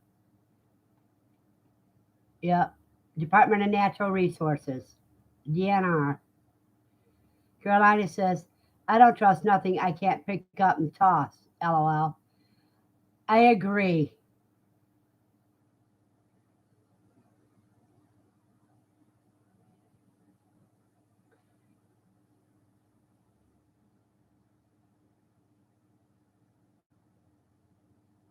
And that's kind of my problem.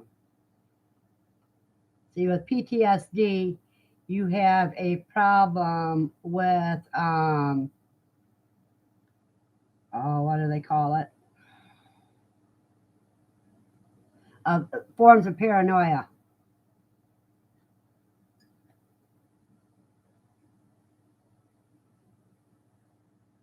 And he says, I can't pick up that crazy man down the road.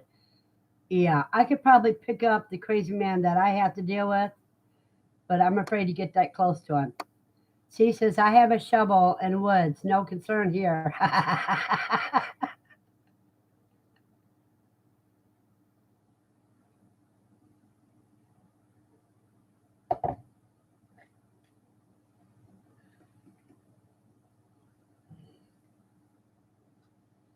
Carolina says, I wear a tinfoil hat or been known to with my theories.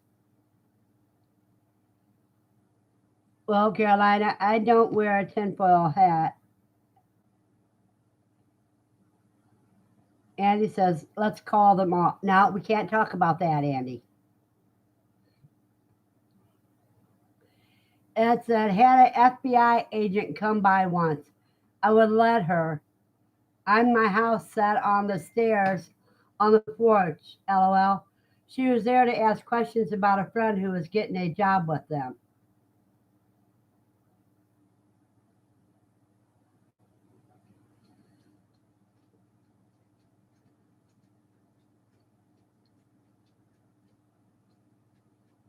Oh, wow, 16 likes, 4 more, and then I got my gold. My weekly goal is to get 20.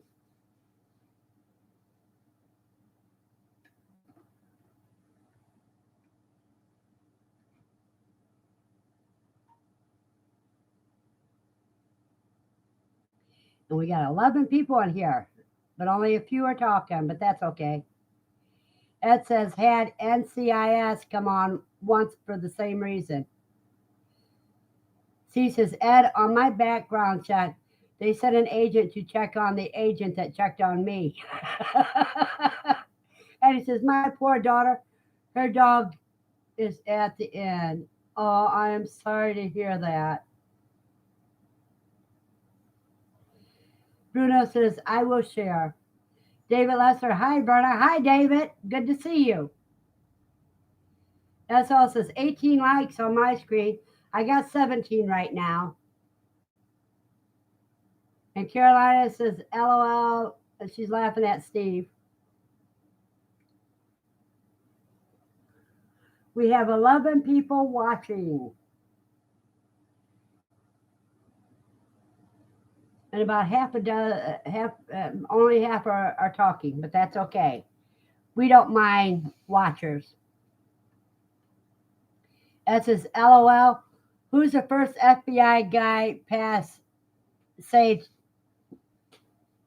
too easy.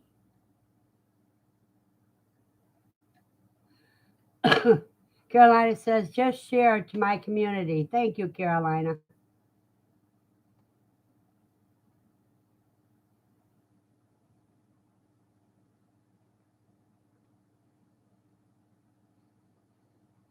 Well, I'm going to tell you guys a little secret. When I was a senior in high school, I had the FBI try to recruit me. They gave me a 13-page application, and I gave it to my cousins to use for coloring paper. Matt says, I have to get going to drop my Otis off with his other family. Thank you all for the great chat this morning. Thanks, Verna. Have a good day. Matt, you have a blessed day as well.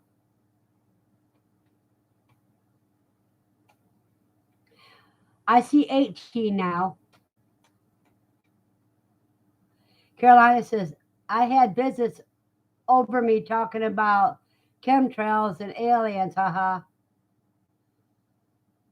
Steve says, bye, Matt. Carolina says, later, Matt. David says, I will be taking 43 chicks out to the brooder in the shed tomorrow. The wife will be glad to get that part of her sewing room. Well, David, mine go on lockdown on the 14th. Andy's go on the 15th. Somebody else goes on the 16th or 17th. There's four of us that are hatching real close together. Just shared this on Facebook. And thank you, Bruno. One more like. Andrea Perry. Hi, Verna. My 4-year-old saw your video pic with the quail and said we had to watch. My boys love the quail. Andy, I love quail too, and I'm finally getting them back. I've got 30 in the incubator right now. See, says Andrew Perry has smart kids. Yes, she does. David says, how many eggs? Well, David, I said I got 30 in. And my Kai had babies. And in the last week, they all gained over an ounce and a half.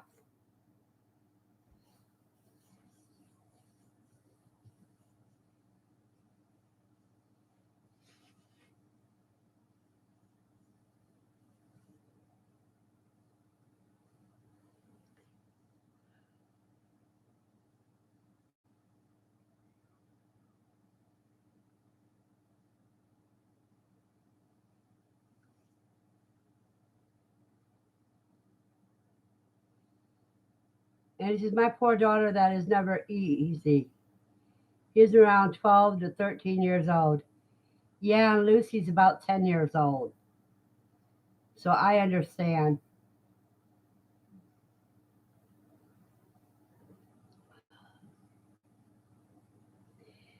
That's one reason why I want to get a Great Dane this summer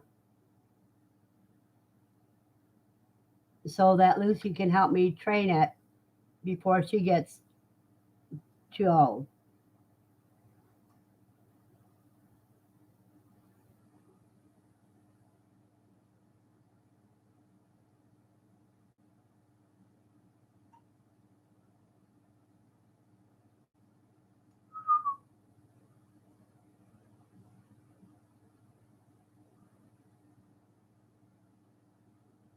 And he says, I guess I will be traveling up that way this week sometime.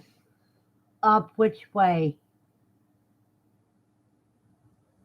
Bruno says, get someone new on that can give a like. Well, I can't share once I'm live. I can only share afterwards. Echo! Echo! Echo! Echo! Stop! What state is your daughter in, Andy? David says, we're taking a small cubby of 6 pansies to our daughter for Christmas. Cage, food, etc. Bruno says, Reveille. Yeah, that's what I have my alarm set as.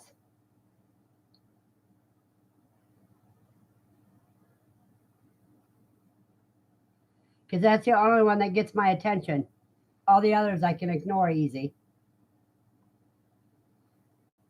Oh, she's in Missouri. Okay.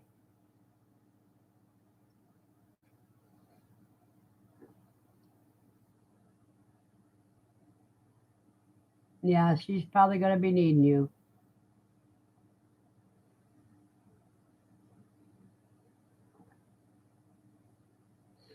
What kind of dog is he, Andy?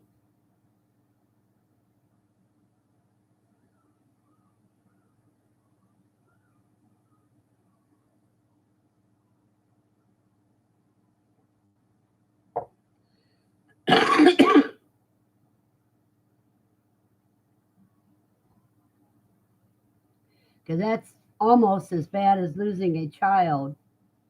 He's a pet. Aww.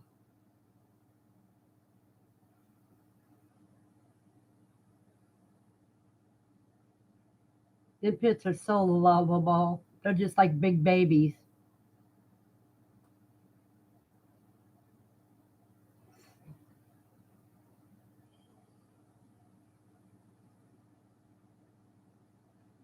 That is really sad.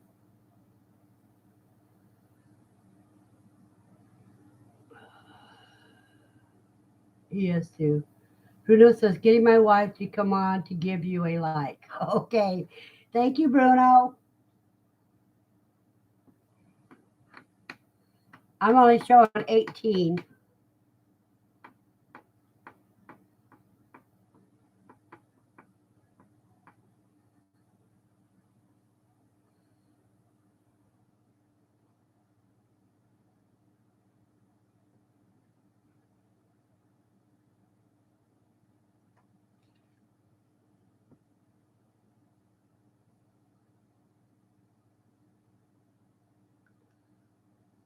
We got 12 people here and 18 likes. I always feel good with that many likes.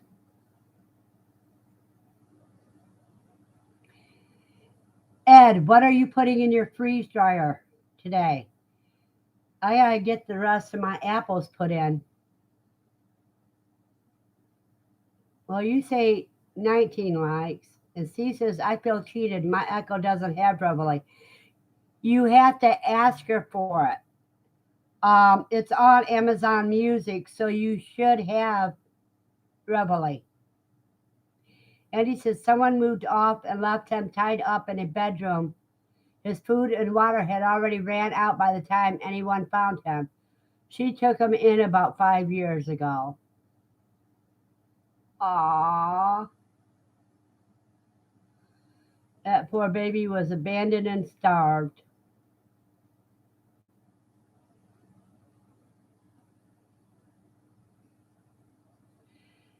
Lucy was almost 2 years old when I got her, and they picked her up as a stray.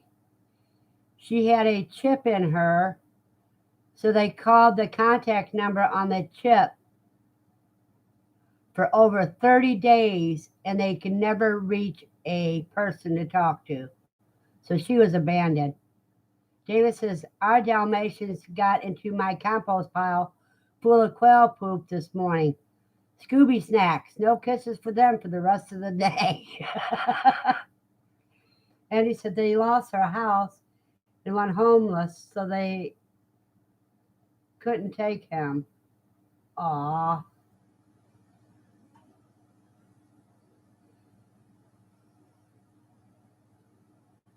When I got Lucy, she couldn't even walk on a leash. She didn't know how to walk on a leash. She'd be walking on her hind legs, pulling so hard. But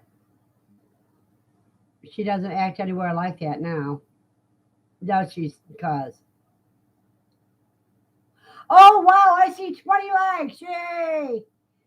And cuz says we have 21 likes. Go ahead and say you got 20. And he says he has a mass in his lungs. Oh, that is so sad.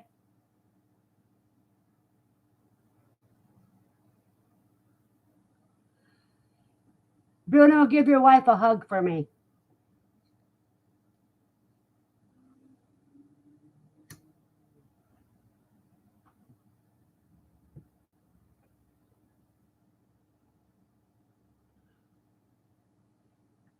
But I'm going to have to go now because that when Reveille went off, that meant it was time to take Lucy out. And that's why I usually go just before 12.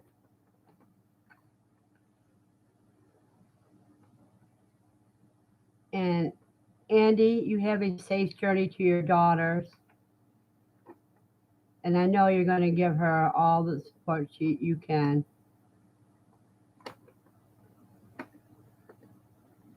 Andy says, I forgot I watch on the TV and message on my phone. So I liked on the TV too. Oh, thank you, Andy. Matt says, good day to all. Everybody have a blessed day. And Andy, my thoughts are going to be with you and your daughter. Everyone have a blessed and safe day. And I'll see you all tomorrow evening for Zach's live stream. Steve says, good luck to all hatchers this month. And Andy says, thank you, Verna. I'll be safe.